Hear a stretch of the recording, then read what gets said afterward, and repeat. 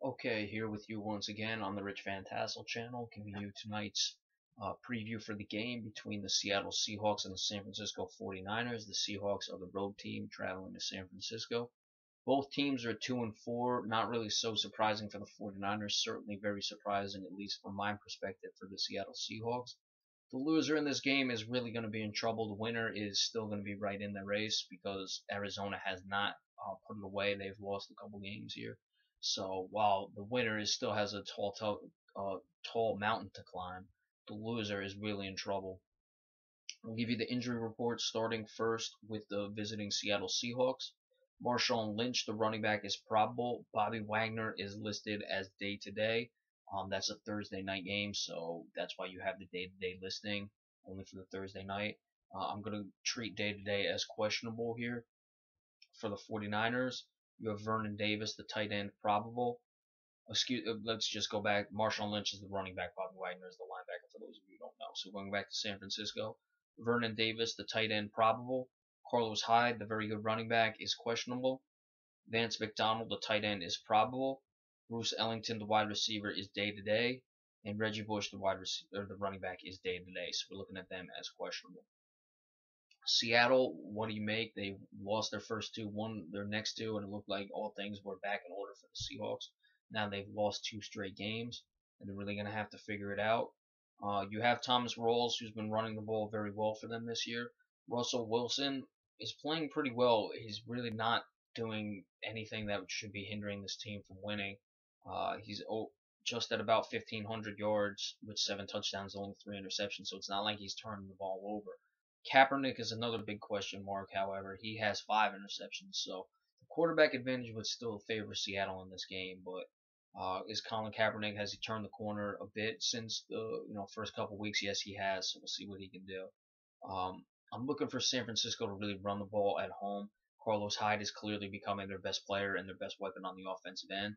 And if they can, keep the ball out of Colin Kaepernick's hands, so to speak, from having him throw against that tough secondary, then you would like to do that and not have him turn the ball over with the potential there. Though no one on Seattle is playing up to par, and that certainly applies to their secondary as well.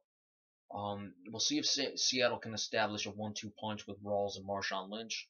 Marshawn Lynch is probable, so I'm expecting him to play tonight, and that will help them greatly if they can establish their running game as well with Russell Wilson running the ball. I think what's hurting Seattle is their wide receivers, Doug Baldwin and Jermaine Kearse.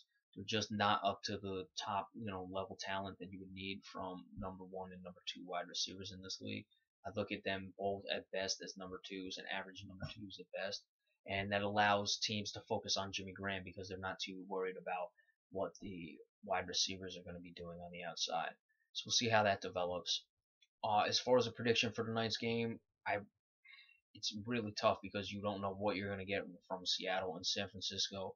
They played well against the Giants and they won again last week, so they even played better than I expected against the Green Bay Packers. So it's not like San Francisco's been terrible. Again, they do have some talent on this team, not completely devoid of it. However, I think Seattle, I had them winning this division. I'm not going to get off that bandwagon just yet.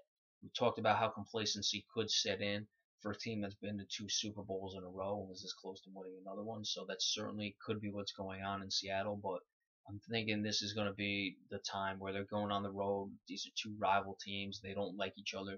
So this could really be where Seattle makes their, draws their line in the sand and starts to turn their season around. So I'm going to pick the Seahawks tonight. I think it'll be relatively low scoring. I'm liking 21-17. I think Kaepernick's going to struggle, and Seattle's going to run the ball well enough to get the job done. So there it is, 21-17 Seahawks tonight. All right, so that's it. Make sure you stay tuned. Tomorrow we will again be doing the show from the radio, 90.5, the Brookdale Student Radio. That's the HD wavelength. We had a little trouble last week, so we weren't able to record the video while we were on the show. But hopefully that's all settled this time, and we'll have it. If we don't, we'll have the game picks up for you on the YouTube channel as well at some point, obviously before Sunday. But you can listen to that on, again, 90.5. That's the HD wavelength tomorrow. And we'll be recording the game picks as well. So stay tuned, and we'll give you the rest of the games, obviously, for this week in the NFL season, as well as baseball updates as they come. And tomorrow we'll also give you the continuation of the NBA players in the league, the top 50 players. So we'd like to do that on the radio as well, but we'll see. We might just have to do a video on that.